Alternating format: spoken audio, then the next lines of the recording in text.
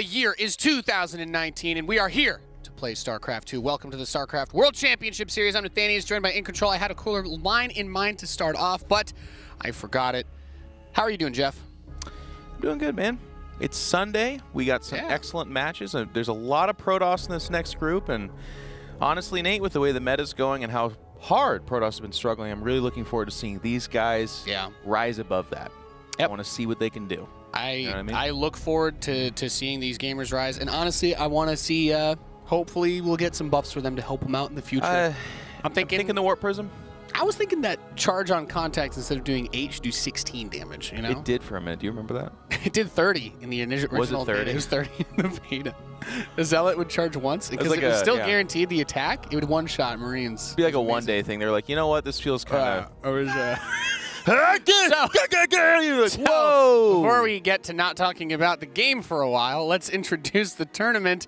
Of course, this is Challenger, so you had 16 players split amongst 4 groups, and the top 2 of each group gets out into a bracket where they will fight to the death in the Thunderdome, and only one shall emerge victorious. 3 people behind them will qualify for WCS Summer, but only one champion.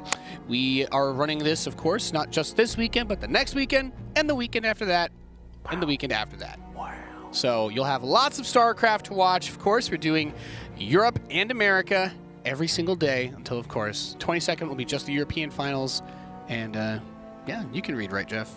Yeah, I mean, the 23rd is the American finals. Yeah, that's true. So, not all of it. With that being said, there is also prize money on the line and WCS points. Very important if you want to go to the global finals at the end of the year and make even more money. Since this is most of these players' jobs, or at least they want it to be, it's kind of important to get that dollar bill. So, $1,600 for first place, not too shabby. But most importantly, Jeff, we talk about the seeds going forward into the circuit events and the prestige. It is literally playing out. It takes money to win money. So if you get placed in the money, you get placed in the bigger tournament where you can win more money. That's amazing. And then if you qualify through that tournament to the global finals, you get a bunch of money just for making it there as well, even if you immediately bomb out. So you make money to make more money. It's a beautiful concept. You know what else is beautiful in Control, and I think Twitch chat will really agree with me on this fine morning, is Terran versus Protoss, right? It's a matchup that really just brings out the best in all of us. And we're going to take a look at the schedule and just give you an idea of how much Terran versus Protoss there really is to enjoy and experience in the world. We've got HeroMarine versus MaNa to start off, then Showtime versus Marine Lord. And you know what my favorite thing about these 2 Terran players is in Control? What is it? It's that they are both the most well-mannered and absolutely least salty Terrans to ever walk the earth. And I really just appreciate that stoic camaraderie that they share together as wholesome Terran players. I mean, you joke, but by the Terran player's salty standard, they might actually be 2 of the most mannered ones. I guess also that some of the handsomest. They're very handsome. I like Marine Lord. He's a very top-notch player. He is. These are great games. Yeah. Yeah. So we are actually already starting off. The lobby is loading in. We're going to kick off with HeroMarine versus MaNa. Hopefully you are all having a great Sunday morning if you're in America, or a great Sunday afternoon, perhaps evening now if you're in Europe. It's not evening just yet. Maybe if you're like really far east, but yeah. They're about 9 hours ahead. Yeah. So it is 7 a.m. here, right? Yeah. It's afternoon, right? It's like it's like 4 o'clock. Yeah. It's 4 p.m. or so. Is that technically, that counts as afternoon, right? Well, in Europe, they just came in from the fields, I suppose, and they're kind of cleaning the coal off of their faces and whatnot, and they're setting up their boots on their kind of wood fire, like their village cabin thing. You know what I mean? They have summer as well, you know. They do, but they still work the fields and coal. Okay. That's fair. So they're ready to watch a great match right now. Got to make paper. I feel that. We are loaded in to Acropolis for our first best of 3 of the day. This is the World Championship Series, and in the top left, your red Terran player. We know him as Big Gabe, but professionally he goes by HeroMarine.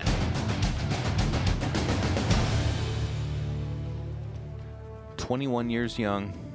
Been streaming a lot. Fantastic stream. Definitely recommend checking it out. And his opponent, the lower right-hand side, with a gateway up towards the front of his base, if you're wondering where his buildings are.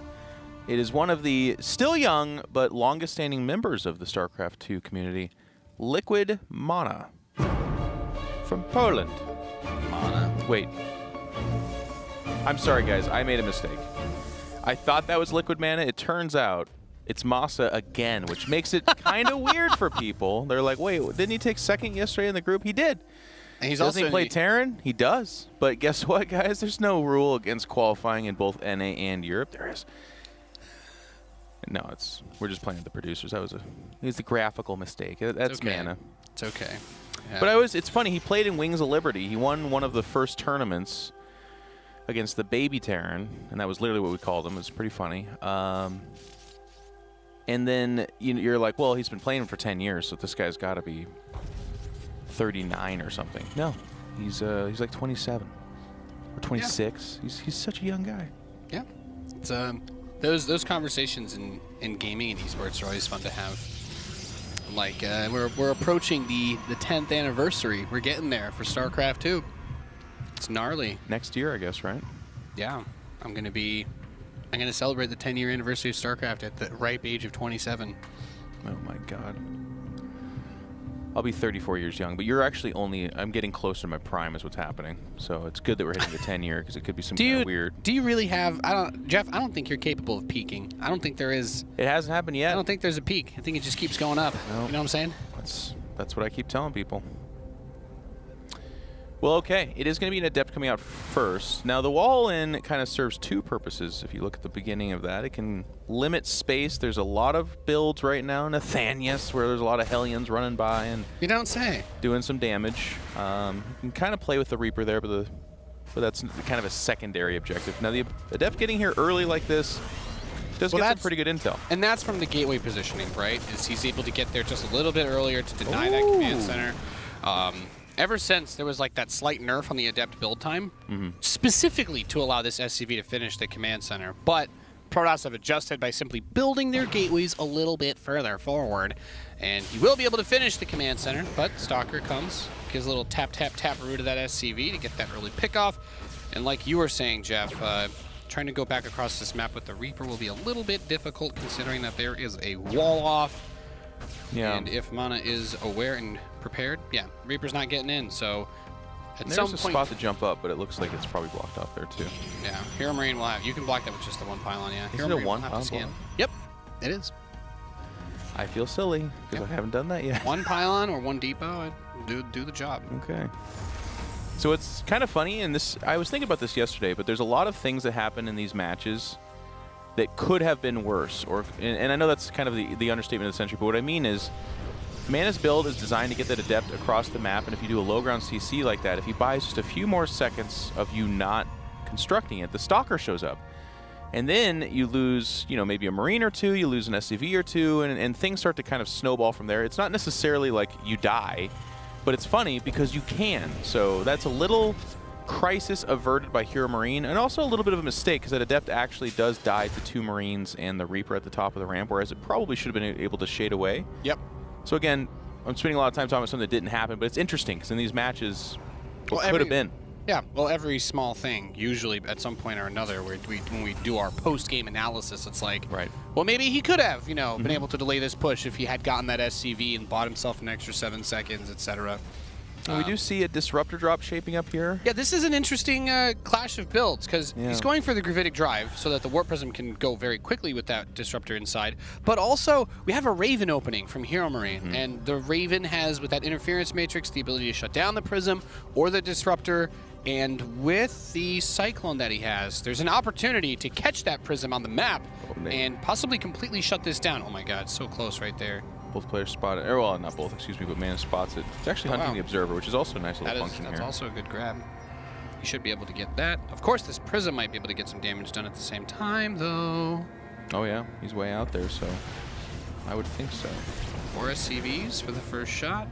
Not bad. And this continues. That's the strength here. So even if he does get it shut down, as long as it hasn't unloaded stuff and they're now left without an exit strategy, then it's going to continue to be annoying. And I love these openings for Terran players with the Raven, Nate. I think it shuts down a lot of Colossus play we've seen. Yep.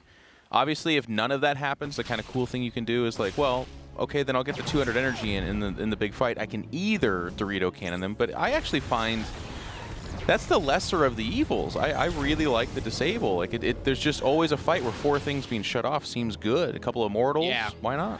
Interference Matrix is It's becoming such a crucial component of Terran versus Protoss in 2019. It's kind of fun to watch the development of metagame and like strategies that people go for, because we've seen some usage here and there of the Dorito cannon. I think we've actually kind of seen Protoss shy away a little bit from some of the mass double forge stuff, because that Dorito cannon, if it gets into the middle of a clump of zealots, Terran will never lose a straight up fight against a Protoss army like that. So especially since they made it also affect the shield armor of units. But of course that Raven in itself, due to its value and for that purpose, becomes a big target. So you have to be careful with your control of it. You have to manage it. We talked about this in the TvT yesterday, actually, as Raven is just as important in that matchup. Perhaps even more so, since Protoss doesn't usually build as many Colossi as a Terran will build tanks. But there's that Prism coming in again, Jeff. And getting another 4 SCVs, and here the Stalkers are just being annoying.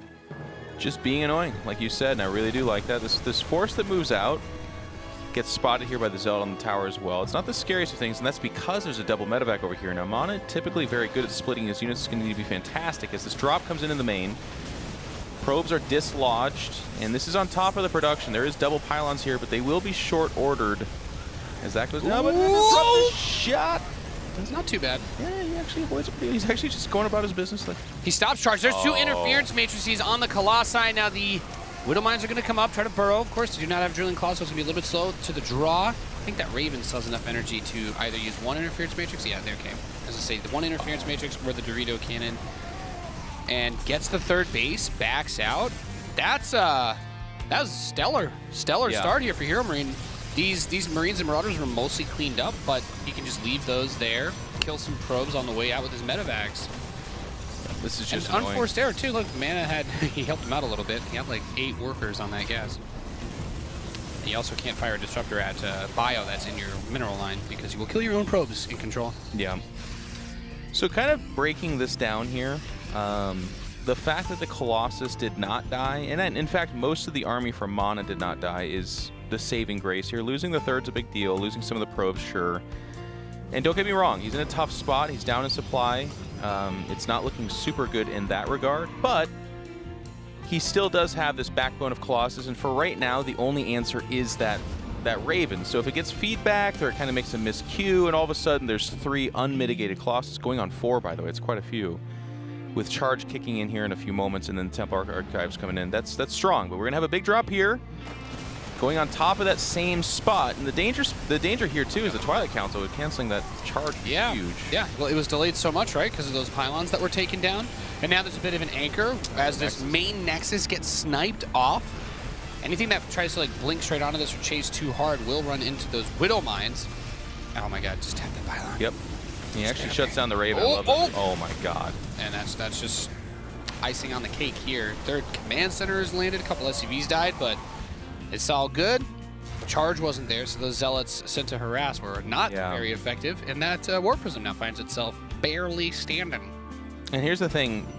As a Protoss, you now go, well, I got to go across the map. I got to do something. But the danger is, of course, those 5 medevacs really are still full of units, but we can see that it's heading back home.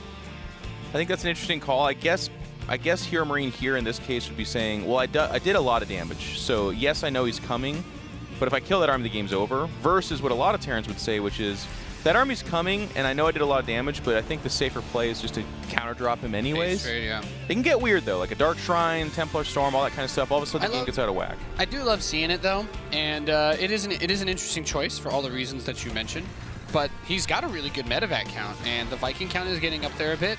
I think the clutch opportunity here comes off of, he has the that angle, still, right? The Vikings with that high ground are able to get a good amount of shots in on these Colossi without having to get the bio exposed to them. And they're just not even getting shot, really. Disruptors have used their ability now as well, so he can just dive on top of this. Yep, and as the Colossus dies, so does the Protoss. Well done by HeroMarine. That was a very clean execution, I feel, right? Yeah, systematic, I think. It's kind of all the fundamentals that we see from Terran players, where it's like, I drop, shut down the production, pull them over here. The attack on the 3rd, you could see MaNa knew it was coming. It's a very classic move. Very rarely at that stage of play, or level of play, I should say, do you see a Terran player be like, my whole army's over here in the drop. It's mostly, I'm pulling you over here so that over here this happens. MaNa tried to split, but it just wasn't adequate enough, especially with that Raven shutting down the Colossus. Yep. If the Colossus would have been coming into the main, and then the ground army was trying to clean up the third, maybe the story's different, but that almost never happens because Colossus can't shoot medevacs, and you kind of want to kill the medevacs. You want to try at least. Yeah, I agree there. Getting rid of the medevacs is a very important part of shutting down that type of harass. And I just want to say as well, I like HeroMarine's build. You know, I think it's very normal, pretty much all of StarCraft really, especially since Heart of the Swarm, for so many openings in TvP to be around like this tech rush where you're doing like this mine drop or Hellion drop, etc. But HeroMarine took a very methodical approach. He got his expansion up. He got his Cyclone, he got his Raven, went into his bio and made his whole play around his first like stim bio attack rather than this like, okay, I'm just going to throw 3 Widow Mines in there and see if I can kill your whole mineral line and maybe be exposed to a counterattack.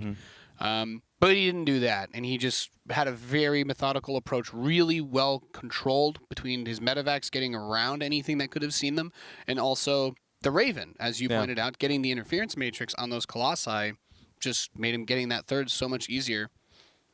Yeah, it's funny. You look at that game, and you want to be like, I agree with you. The build is great. HeroMarine played fantastic, but then kind of the natural thought when we watch pro gamers have such a one-sided game, we're like, well, what happened to MaNa?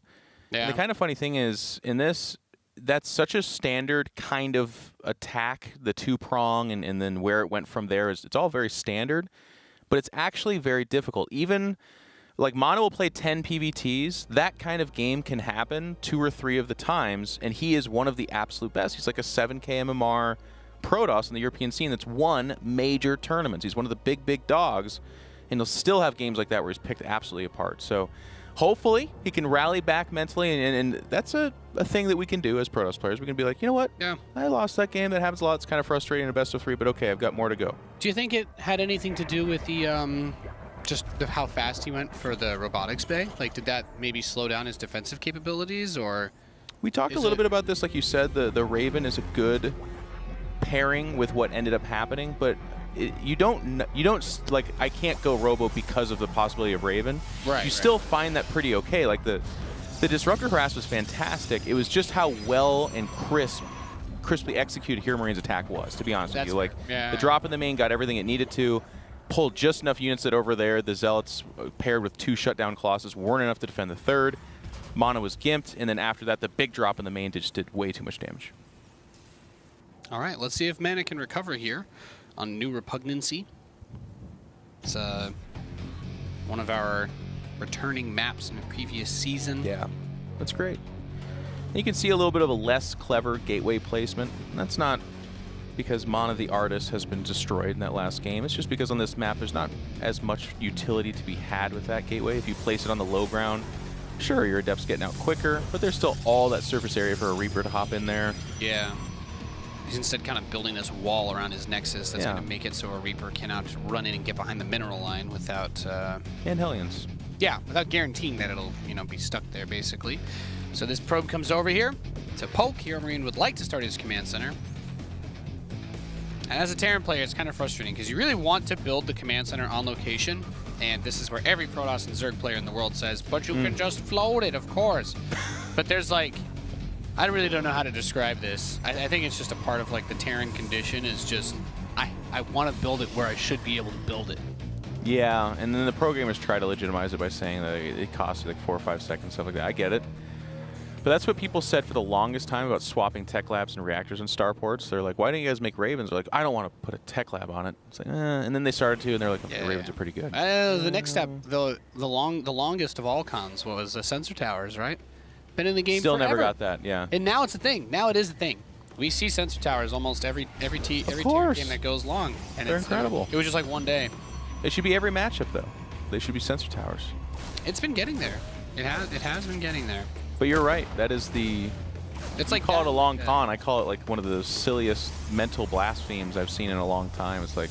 How about that Viking as well in TVZ? Same thing. Years and years, everybody's like, what if we just built one Viking to kill overlords? Everyone's like, impossible! Impossible! And then one day, Polt does it. Polt's like, I just built a Viking and kill everything. And then people are like, so good. He's so right! Oh my god! It's really not that expensive. Who would have guessed? Yeah. Zerg has nothing that flies at the start of the game. I don't need anything else from the starport. Liberators don't exist yet. Good times. I feel like the Stalker vs. Reaper is this battle of someone's going to feel terrible. If the Reaper dies and the Terran player hasn't decided that it's time for it to die, which is the second run through of the base, then it's the worst feeling in the world for the Terran player. If it gets away and the Protoss player has that Stalker do that dry heave where it goes, but it doesn't shoot, and you're like, oh my God. Yeah. Every game. I've been playing this for so long, and that thing's happened so many times, but it still happens every time where you'll hear me on stream just be like, oh my God. And it doesn't do anything, because the next pass from the Reaper is like it's set on fire in the nude running through like a library. It's just like, and it dies, and you're like, okay. Well. This is a nice little catch. So HeroMarine did something a bit weird this game. Good catch for who? I think it's a good catch for MaNa. Yeah, well, he should be able to get the Marauders, but it's just the fact that he sees Concussive Shell Marauders at this stage of the game is crazy. Yeah, there's that too. It feels very weird, because the Marauders kind of give you that ability to, like, okay, yeah, you can't really run. Blink changes that, of course, but also the Protoss could just warp into a few more units and kill all of these if you try to get too aggressive with them. Yeah. It does have the side effect, because we don't really ever see this like Concussive Shell Marauder opening. It's kind of a fun anti-cheese build, to be honest with you. Like, must have been. But he gets a really fast stim, I guess, is the important part behind this. So if he wants to push, and I guess the starport's not too far off. I was going to say, if he wanted to push even without the medevacs, like, he could have already had everything here going across the map, but since Blink is about to be done, he has smartly made the choice to stay home and wait for his medevacs. He's not pushing, Nate. He's not that dilated. Not going to give birth to the first Terran assault here. But I like what you pointed out, because it's kind of, maybe this is going to be a theme, or it's just my mind is locked on this, but again, it's what could have been, right? Like, it gets into depth. That's not what this build's for. No. You don't hear Gabe on his stream be like, well, I go, 3 Marauder Concussive Shells to stop the first Adept. Marauder to kill the Adept? Nope. He's doing it because he was thinking something else was coming his way, and it's what could have been. But we see that for MaNa, it's much more of a passive play. And there's that Robotics Bay again. So for you guys at home, you might be thinking to yourselves, well, he just had a Raven shut everything down. Why would you do that? And that's one of the fun parts of StarCraft, is it's a mental chess game. Well, different from chess, I guess, but it's similar in the sense that there are strategies being executed that are far in advance, and sometimes you cannot just not do something because of what your opponent could potentially do. Yeah. Well, it's a classic sort of psychological thing, right? Where you can't be afraid to make choices just because of what could be on the other side. Right. It is better to be decisive than to wait and try to do the right thing. Yeah. So. And it's a bluff game. Like, there's a part of him that's maybe saying, well, he went Raven last game, so I think he won't go Raven this game because he should be anticipating me countering that and doing something different. And as we can see, there is no Raven. Yeah. And the Robo Bay will be very powerful in this case. This, however, does present the classic window of vulnerability for a Protoss, where there's still a lot of Stalkers on the map. So there's some potential here with Blink and having an Immortal out to deal with this. Of course, one flub here or there could really open things up. He does get the cancel on the third. But that dance is usually revolves around you trying to wait for your Colossus to come out, the Big Daddy Colossus, quote unquote, to help you push out and take that third. So this is just a nice little opportunity to get aggressive for HeroMarine, because he got this really fast stim with his Concussive Shell Marauder opening. Yep. And he does get the cancel on the Nexus, which isn't the biggest of deals. And you'll notice range is going to finish almost at the same time as his first Colossus, because he started range way before the Colossus, which is a little different. Force field here should lock down most of that force. And then with Blink, and he knows about it, it's dangerous. Oh my God, very close. Saves those 2 Marauders. That's actually really nice. So most of the force fields are gone. I think there's 2 right now left on those sentries from what I can see. Yeah, but show me the Big Daddy. I don't think he can fight this army, but try to grab that Nexus and boost out if necessary. You don't really want to blink into that, so he's going to pull everything home. Oh, that Blink. Yeah, okay. Did get away with it, nice though. medevac grab. So he's delayed the third pretty significantly. And hey, I think the third command center is actually turning into an orbital for HeroMarine right now. So that is, I would say, a little bit more unusual, right? Our Terran is going to wind up having that third about the same time earlier if he moves it immediately as his Protoss counterpart, which is a huge part of the discussion around TVP. Is usually like if you'd go for this like mine drop or something and you don't get any damage, Protoss just takes third, economy runs away a little bit, it gets weird. But because he went for the stim bile so fast, and because he was able to knock the third base of the Protoss down, he's kind of slowed the game into a phase where economically they're a lot closer. And I think that bodes pretty well for HeroMarine. It's going to come down to really good control from MaNa with his tech units. I'm loving everything about HeroMarine's play right now. It's very basic. We're not seeing super crazy stuff. Yes, the concussive shell opening was a little bit alternative, but even that had some purpose, of course. Yeah. And he's just getting information in stages, and he's handling it really well. He's already got a second reactor in Starport. I didn't even realize this. He's building 4 Vikings at a time. He starts 2-2. He built an armory in here somehow. And he's being like, that is the good response. Like for MaNa, because he's had his economy stymied so much, if you just have Vikings and a lot of bio and that's the problem you're posing to the Protoss, it's like, well, what are you going to do about that? You have to have crazy disruptors in conjunction with the Colossus, or you have to have Storm. It can't just be Colossus because they will die to the Vikings. And then you have gateway units against, 8 medevac well-upgraded bio, and that's not a good answer either. So MaNa's being asked to stretch and spend money that he doesn't have, and that's going to be really tough. Yep. Oh my goodness, the classic stim to kill rocks. Yeah. My favorite meme. Terrans can't stop that. No. Well, it's like one of those. We just kind of have to press that button as often as possible. Even just a move. Oh my God, yep. There he goes. Yeah, but he wants to. Quicker. He does want to get the deny on the 4th base, so getting this would be pretty swell. He scans, he's like, oh, it's just the Stalkers. Okay, never mind, I'm fine. I can tango here. Of course, burns another stim doing that, and this is where you get into a little bit of the struggle bus. He's going to reveal his Vikings, flying them over these handful of Zealots in the 3rd base. A little bit of an A move, and you're right. It is revealed. So you can already see the diversification here from MaNa, right? He's got 2 Robos. Another Colossus is being made, but he's now going to go into Immortals. And I wouldn't be surprised to see. He's already got Ghosts coming out. Oh my God. Oh, he's got 3 Disruptors too. I like this. I'd even cancel the Colossus. Because that's a lot of Vikings. It was like 9 or 10, right? So it's like. So here's my favorite part of the analysis breakdown and control. And it's that here, one of 2 things is going to happen. HeroMarine has built himself a beautiful army. He's going to have dummy thick upgrades. And we have seen before where a Terran player gets this very, very finesse. He's added in the Ghosts, he's adding in Liberators. He's got a good amount of units he needs to micro here. Controlled well, he's going to dominate and obliterate this army with the little bit of a supply lead he's been able to build for himself. If he messes up for like half a second, it could look just as ugly the other way. I think it's all about these Disruptors, my man. Colossus already taking some damage. There's a shield battery to mitigate that. We're going to have this fight kick off here in just a second. Second Disruptor shot, chasing off the bile, expertly dodged. Vikings hunting and seeking for the Colossus target. They're not quite finding it. There it is. They get a good concave, but they're kind of separated by themselves. There's also, well, actually, the shield battery is mitigating a lot of that damage. The Vikings are going down here. 1 Colossus remains, and there is no shield battery energy. But most of this is being repelled for now. There's Zealot counterattack. Also, he's got to be careful with the stims as well, right? Medevac's had decent energy before, but he does keep stimming in all these fights. And looks like MaNa wants to try and force the battle here. A lot of this bio sitting at orange health, so he does need to get out of dodge. He has 4 Liberators being added at a time. So there'll be a lot of anti-ground capability from those Liberators. He just needs to get that anchor point to fall back to. Look at the production tab. 2 more Colossus queued up here. A lot of times when Terran players lose that kind of initial flux of Vikings, they don't go back to it. But this sandwich here might just decide the game before any of that even matters. The Immortals try to do what they can, but now the Liberators put the zone over the top of this. Oh my God. And that is a Terran sandwich. Wow. Good kind. Is that the great debate of 2019 with moving that half an army up the ramp? And he just walked straight into that trap. He got slammed from both sides. Yeah. And as you pointed out, the Liberators coming in were really nice because as the fight started, when the Colossi were still standing, the Disruptors got a few really nice hits on the bio, but well, fighting in liberation zones is a mistake that most players usually make once before they learn. Right. And the Liberator count now is at that place too, where after you lose your army as a Protoss, maybe you have those Colossus, and that is dangerous in theory, but if you have no way to stop the zoning from just pushing onto critical space like this, you're just dead. And now MaNa knows it, so he's going to try and take a fight. He does get 1 Liberator, backs up here. Forward.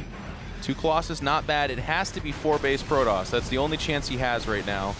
So he's making his stand, trying to get around the zones, and he's doing a pretty good job. And now the Disruptor does push back the Bioforce. And for right now, he says, not today, Satan. So he loses his whole army, holds on to the 4th. He makes the Colossus, and as we can see on the production tab, this is kind of the interesting game of minds here.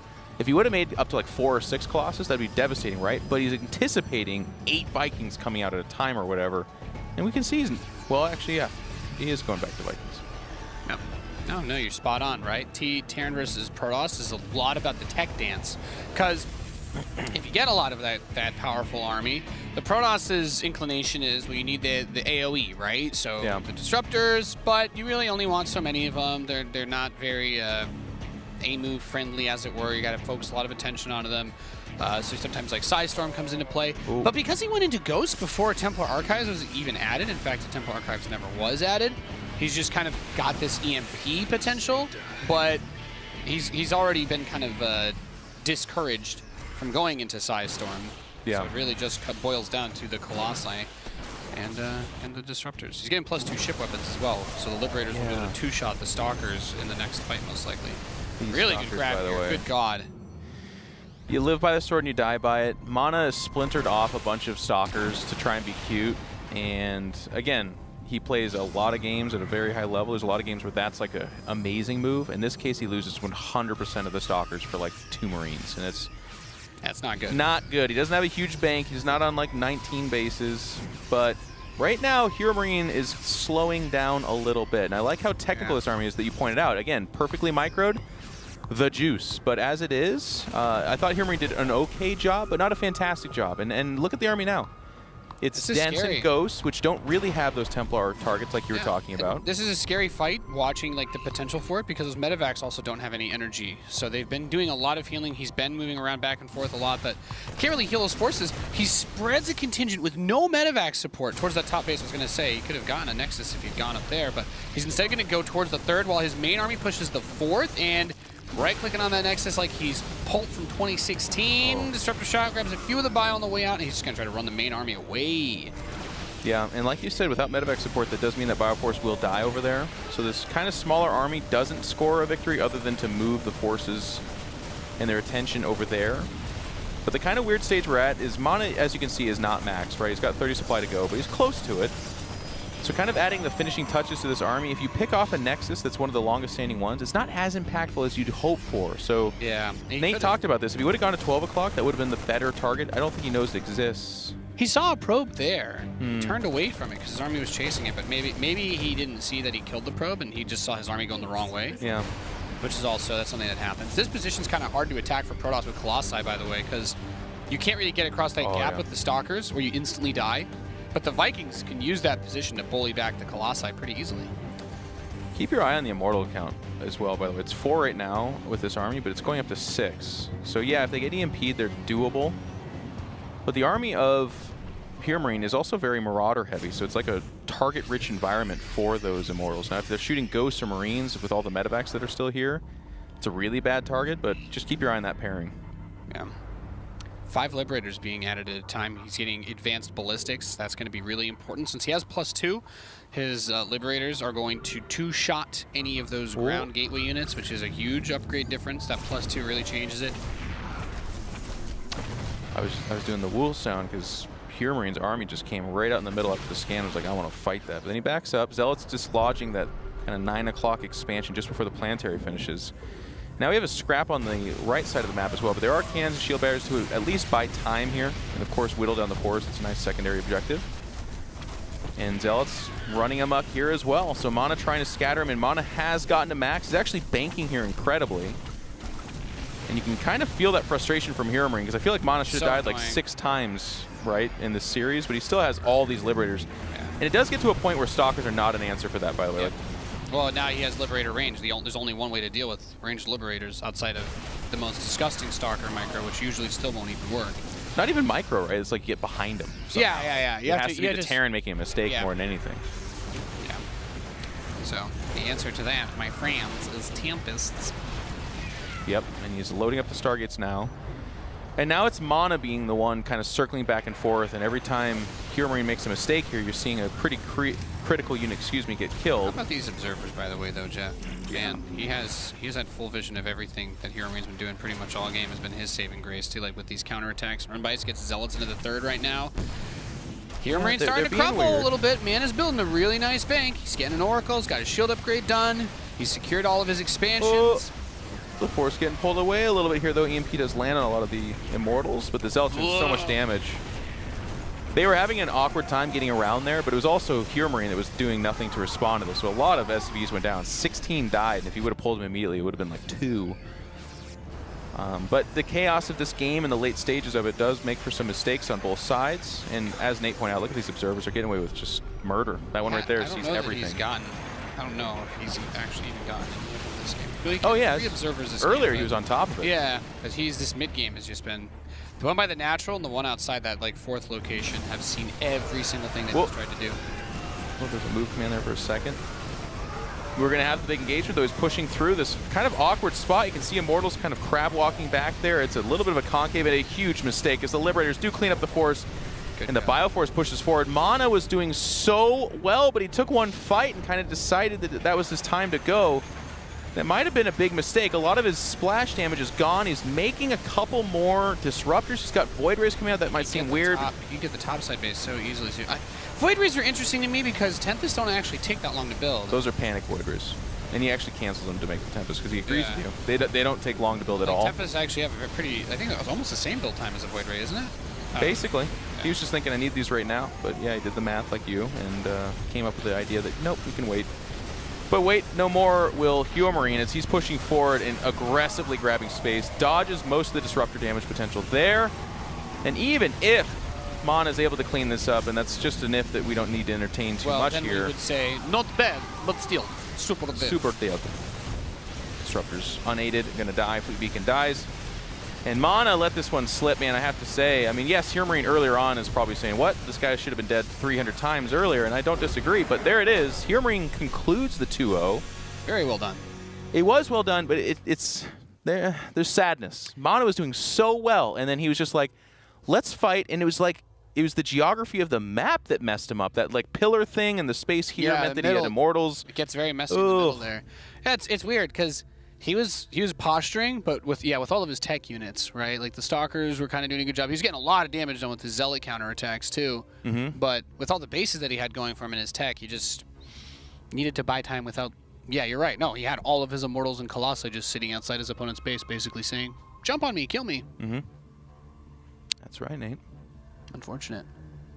Any other wisdom? No, I gave my analysis before that, so. Okay. I love you, Jeff. Yeah. We are done with the first match of the day here for Group B of WCS Europe Challenger Edition. And HeroMarine advances to the winner's match 2-0 over MaNa. Coming up next, we got another Terran versus Protoss for you because we know you love it oh so much. It is going to be Marine Lord I do that versus too. Showtime. I'm so glad you did that. I was going to say Hero Lord, yeah.